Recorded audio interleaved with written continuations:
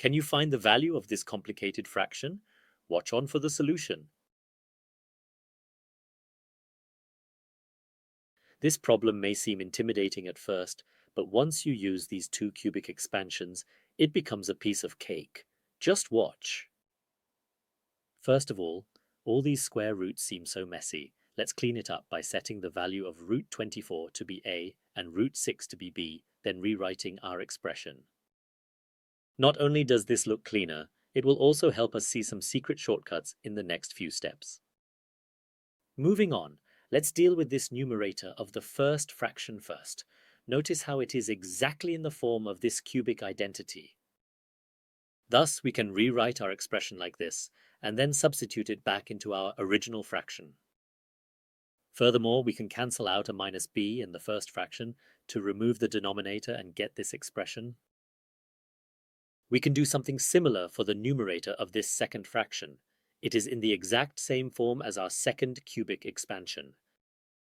Hence, we can rewrite a cubed plus b cubed like this, and then substitute it back into our original fraction.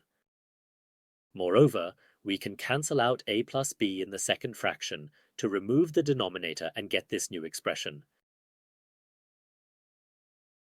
Next, we can remove the parentheses to get this new expression. Afterwards, we can cancel out the values of a squared and b squared to get the value of 2ab. Finally, remember how we defined the values of a and b at the start?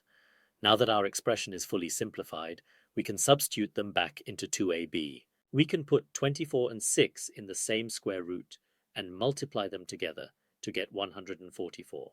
And as we all know, 12 is the square root of 144. Alas, 2 times 12 equals to 24, which is our answer.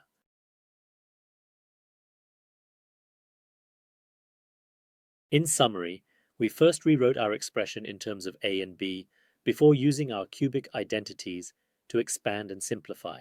Afterwards, we continued to simplify our expression further to get 2ab, where we substituted the values of a and b to get the answer of 24. As always, thank you for watching and see you all in the next video.